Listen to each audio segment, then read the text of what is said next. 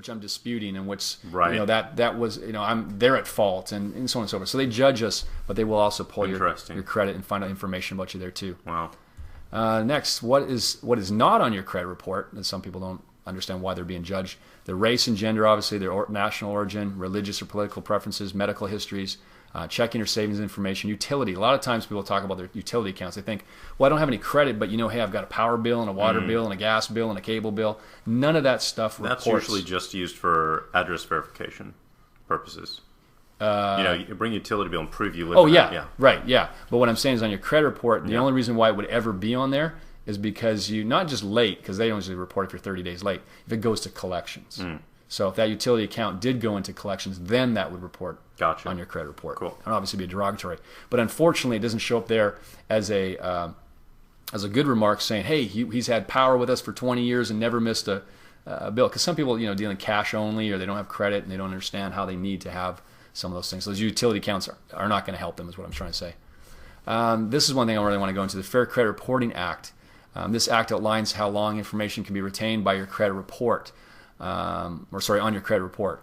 It's 7 to 10 years. 7 years is on the trade lines. Okay, so not just the derogatory accounts is what I really want to focus on, but those can only be on your trade lines for up to 7 years. They're supposed to be removed, but I've seen a lot of times where they've been on there for 10 or 15 years still. Wow. After the fact as a derogatory. Now, you may be getting into this, so if you are, in a future slide, just let me know. Sure. But let's define what constitutes a derogatory mark on a credit report. Like, how does something become derogatory? Right. It's a late pay. How late? 30 days. Okay. Now, 30 days... Because I'm late on some of my bills all the time when I just forget them, or they get my address wrong because we moved. And then I get the phone call saying, hey, your bill's late, and you just pay it, and whatever. Right.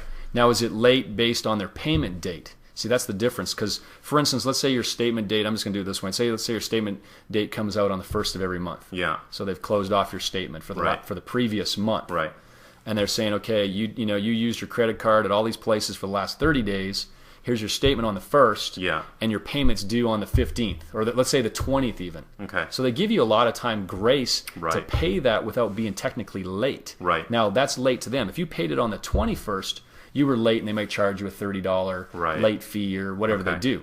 Now, you're technically not 30 days late and won't show up on your credit report until 30 days from the 20th. So let's use January. Okay. So your charge is in December. Statement comes out on January 1. Okay. It's due on January 20th. Okay.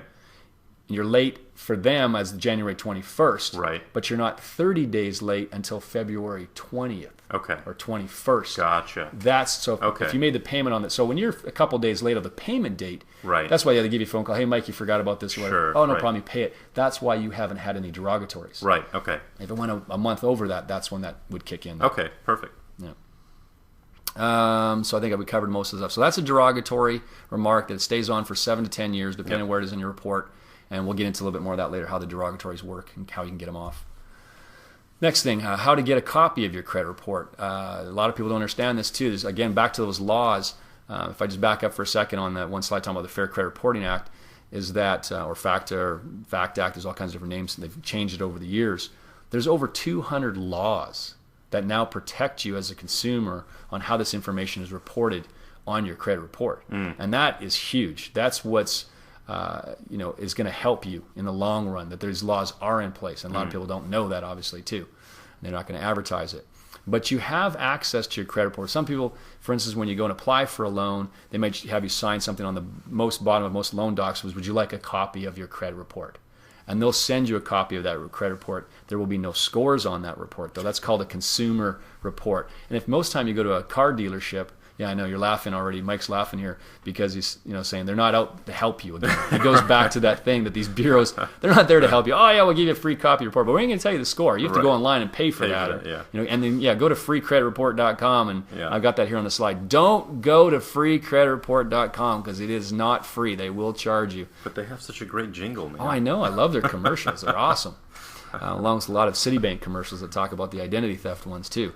But anyways, you do have access to your credit report. They've mandated this as law now. You can go to annualcreditreport.com Again, that's annualcreditreport.com, and get a copy of your credit report free once a year from each of the bureau. Okay. Can I show you a little trick of the trade, though? Yeah. I got lots of little tips, so cool. You might not get them all later now, but you can get some later from me after this presentation. But trick of the trade is because there's 3 credit bureaus. So what you can do, and most of the time, most of the bureaus will report, or most creditors will report to all 3 bureaus. Mm-hmm. Unlike what I was going to talk about, though, was the car dealership. I said if you go in and they run your report, most car dealerships will only pull one bureau. Right. And if you have a decent score and that's good enough for them, they won't pull the other 2. Okay. Why? Because it costs them money. Okay. Gotcha. Now, but most of the bureaus, some of them will report to all 3. If you look on a credit report, you'll see they're reporting to all 3. Some of them are 2, some of them 1. Right. But what you can do in this thing with annualcreditreport.com is you can go in and pull one bureau and then wait 4 months, then go in and pull a second bureau, wait 4 months, go in and pull the third bureau, wait 4 months, now you're back to the years. What? Oh, you're just waiting 4 months, not for any technical reason, but just to space it out evenly. So that you can see a snapshot of your credit report as often as possible. As often as possible. Rather than waiting once a year to pull all 3 and look at them all 3. Right. Because if something happens, or identity theft, somebody opens an account in your name, you might catch it on one of the bureaus over that every 4 months. So it's just a little trick of the trade you can use. Yep. You can also use the credit monitoring services. Do you recommend these? Talk about this a little bit, because that's a big deal. I think LifeLock offers that, and that's not a credit monitoring service. Okay. Now they might be changing some things up, and I'm just thinking off the top of my head because you see commercials for credit monitoring. I mean, I get offers for that. Right. All the time, and again, with your Amex account or your credit card. Yeah. Again, and these are ways to make money, but it's also a way for you to monitor. The problem is, again, they're a consumer report. Okay. So I wouldn't rely 100% on that score you see. Okay. One is you got to be careful, because some of these credit monitoring services, will only do updates once a month. Some are once every 3 months. Mm-hmm. Some are once a week. So you got to be careful. That, in other words, if I go online on the 1st and check my report, and then I go online on the 20th and check it again, I'm hoping, it's been 20 days, I just paid off my credit card, some of the stuff should report. Not necessarily. You might go in there and see the exact same report. Okay. Or check that 2 months later. So you have to find out what their terms and conditions are and how that works. But when you said LifeLock, you kind of put the hairs up on my back of my neck. Oh, yeah?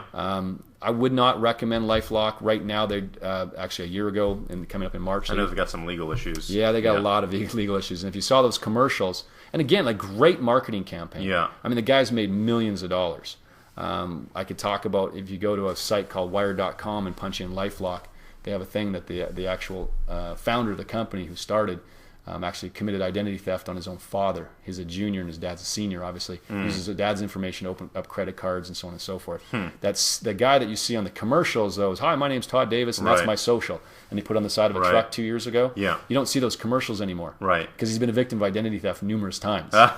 Yeah. Some of the guarantees that they've put out there, that's what happened. They got sued.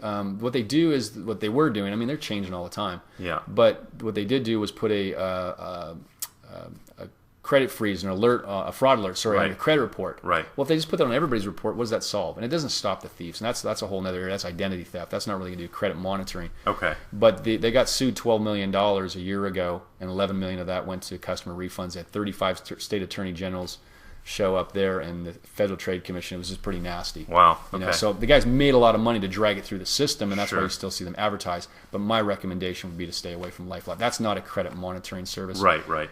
They charge you $10 per social. Yeah. To do that, where you can go to some other sites. Yeah. Well, I took you off on a yeah, we're kind of done on a bunny trail. I even talked about. We'll talk about credit monitoring in another video, but you could check into it if you want to know what your score is and follow along with it. Okay. If you apply for credit, you can request a copy of the free credit report, like we said, but you're only going to get maybe one bureau. You're not going to get a score. Okay. So be careful of that as well. So what is a credit score? Credit scores are generated by statistical models using elements from your credit behavior. Okay. Now these numbers are kind of all over the map. I mean, I've pulled people's reports, and sometimes you'll see the score fluctuation by 100 points between two bureaus. Right. And why is that? But simply put, your credit. Simply put, credit is your reputation for repaying that debt on time. Okay. That's what they're looking at, and we'll get into how they develop those scores. But they range anywhere from 3 to 900. I've never seen a 900 score in my life. The highest I've seen personally is an 805. I think that was the highest score that I've seen. I think on the lowest I've probably seen a 420 or something like that too. What they're looking for, though, to help base the scores is the length of time the accounts have been established, the number of open accounts, good or bad, the balance to credit limit, and we'll get into that here in a second,